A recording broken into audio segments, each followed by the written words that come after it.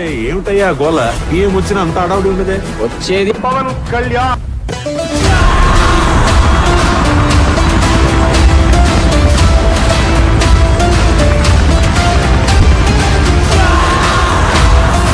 స్తమించడానికి సమాయత్తమవుతున్నాడు. ఉరుముల పిడుగుల ఊరేగింపు ఉద్యమించడానికి సిద్ధంగా ఉంది. అతని రాక పట్ల వెళ్ళు విధి కూడా కంపించింది.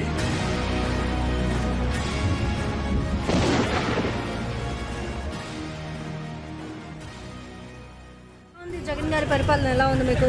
బాగానే ఉంది. బాగలేదంటే మళ్ళీ చనిపోతారు జైల్లోకి. ఎందుకు? జగన్ అంటే నాకు అభిమానం. కాకపోతే వాడు చేసే పనులు కరెక్ట్గా లేవు. జగన్ వస్తే మా బోటోళ్ళు బతికినా బతకపోయినా నా బిడ్డలు లాంటి వాళ్ళు ఇబ్బంది పడిపోతారు. విశాఖలో దారుణం జరిగింది. ఒక దళిత బాలికపై 10 మంది అత్యాచారానికి ఒడిగట్టారు.